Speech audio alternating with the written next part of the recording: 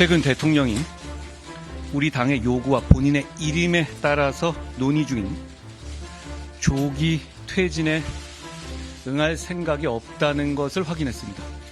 이건 임기 등 문제를 당에 일임하겠다는 대국민 약속을 어긴 것입니다. 저도 이런 담화가 나올 거라고는 전혀 예상하지 못한 상태였고요. 제가 그 담화를 보고 우리 당에 윤석열 대통령 제명 출당을 위한 윤리 소집을 긴급히 지시했습니다. 더 이상 윤석열 대통령이 대통령직을 수행할 수 없습니다. 그 점이 더욱더 명확해졌다고 생각합니다.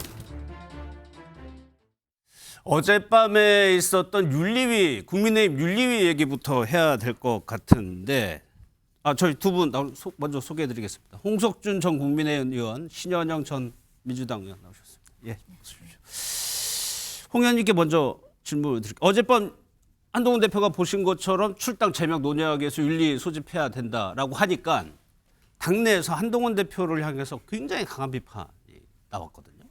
이 상황은 어떻게?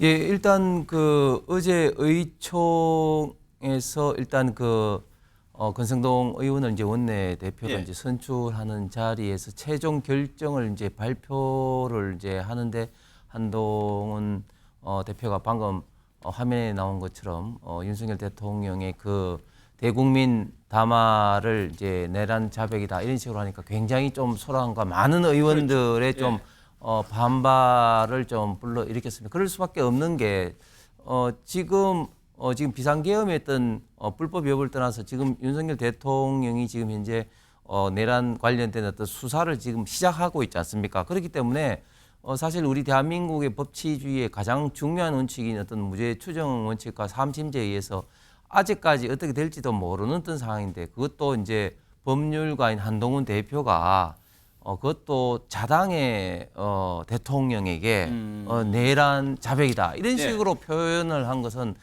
도저히 상식적으로 아무리 생각해도 납득할 수가 없는 일이죠. 그렇기 때문에 많은 의원들과 그리고 많은 당원들이 지금 이제 분노를 좀 하고 있고 그리고 그 이어서 이제 윤리위를 소집을 하면서 대통령에 대해서 출당 탈당 조치를 이제 하니까 어제 결국은 결론이 이제 윤리위원회에서도 굉장히 좀 반발이 많이 일어나서 신중하게 판단해야 된다. 뭐 이런 식으로 결정이 났습니다. 예.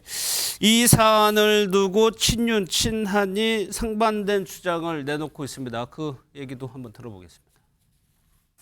딴 사람도 아니고 대통령을 출당시키겠다고 발표하면서 윤리위를 소집한 데 대해서는 전혀 그 최고위원회에 연락조차 한 적이 없거든요. 이렇게 당을 운영하기 때문에 당내에 또 다른 의원들 또 많은 분들이 반발하고 있는 것도 사실입니다. 그러다 과거에도 보면 이제 박근혜 대통령의 경우에도 탈당 권유를 거쳐서 당시에 홍준표 당대표가 직권으로 제명 처리한 사례도 있고 해서 지금 이런 국민의 큰 충격과 분노로 몰아넣은 비상계엄에 대한 이게 징계 사유가 될 수 있는가. 그러니까 당에 큰 해를 끼친 경우에는 징계 사유가 됩니다.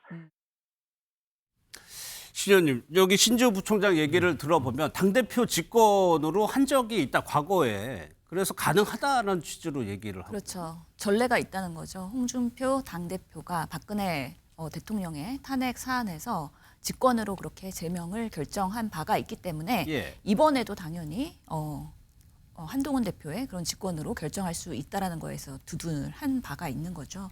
지금 사실 그날의 대통령의 12.12 대국민 담화가 상당히 국민들의 공분을 일으킨 건 사실입니다. 그리고 사실 한동훈 대표가 봤을 때도 내란죄를 고백한다라는 것으로 표현할 정도로 상당히 국민의 민심과 괴리되어 있다라고 판단했기 때문에 국민의힘이 윤석열 대통령과 같이 가라앉을 수 없다. 어느 정도의 선을 긋고 그리고 탈당과 제명해야도 해야 지금 당장 당에서 직무 배제를 한다고 했음에도 불구하고 하지 못했던 그런 당에서의 뭔가 조금 더 명확한 행보를 메시지로 낼 수 있다라고 국민들한테 준 예. 거죠. 근데 좀 그날에 의원총회에서도 좀 즉흥적으로 얘기를 하면서 많은 당내에서의 의원들의 반발이 있었던 건 사실입니다. 그래서 예. 과정 관리도 매우 중요하기 때문에 이럴수록 급박할수록 하루하루의 뉴스가 쏟아지고 있고 상황이 실시간 바뀌고 있지만 그럼에도 불구하고 충분히 소통하면서 가는 것이 또 예. 한동훈 당대표의 리더십을 평가받는 데 있어서는 중요한 요소일 것 같다는 생각도 듭니다. 예, 사실 이 탄핵 얘기가 처음 나왔을 때 보수 진영에서 우려했던 것이 분열 이런 거 상당히 우려했는데 지금의 당 상황을 보면요. 어제 그 의총장의 모습이 그대로 보여줬듯이 한동훈 대표와 이제 신임 원내대표가 된 권성동 의원을 주축으로 한 주류 신윤 상당히 크게 갈등하는 것처럼 보이거든요. 예, 앵커께서 말씀한 것처럼 2016년 때도 결국은 이 탄핵을 둘러싼 어떤 찬반 어떤 이런 어떤 그 의견 갈등 이런 것 때문에 결국은 당이 쪼개지지 않았습니까? 근데 재미있는 것은 그때는 사실은 다선 의원들 중심으로 탄핵을 좀 찬성하는 그런 기류가 굉장히 컸습니다. 김무성 대표라든지 또 유승민 또 의원이라든지 또 재밌는 것은 권성동 의원도 그때 이제 법사위 이제 법사위원장으로서 이제 소추위원까지 하셨죠. 그런데 지금은 보면은 아주 이제 몇 분만 빼곤 좀 초선 의원들이 이제 탄핵을 좀 찬성하는 그런 어떤 기류가 있습니다. 물론 뭐 아직까지는 아주 소수지만 이제 공천하고 관련이 돼 있는 한동훈 어떤 대표에 좀 가까워서 좀 그런지는 모르겠습니다만 초선 의원들이 좀 그런 적이 있습니다. 그래서 지금은 과거하고는 달리 좀 뭐 아직까지는 압도적인 대다수가 탄핵을 반대하기 때문에 이것으로 인해서 2016년 때와 같이 뭐 분당이 되느냐 이런 것을 논하기에는 좀 빠른 감은 있지만 빠르다. 어쨌든 만약에 대통령께서 탄핵이 된다면 정말 극심한 어떤 당의 갈등의 어떤 트리거 역할을 할 것은 분명해 보입니다. 아, 그런 얘기들을 많이 하시네요. 분당까지 지금 보고 있는 상황인 것 같아요. 근데 보수 진영에서는 가능성이 있지만.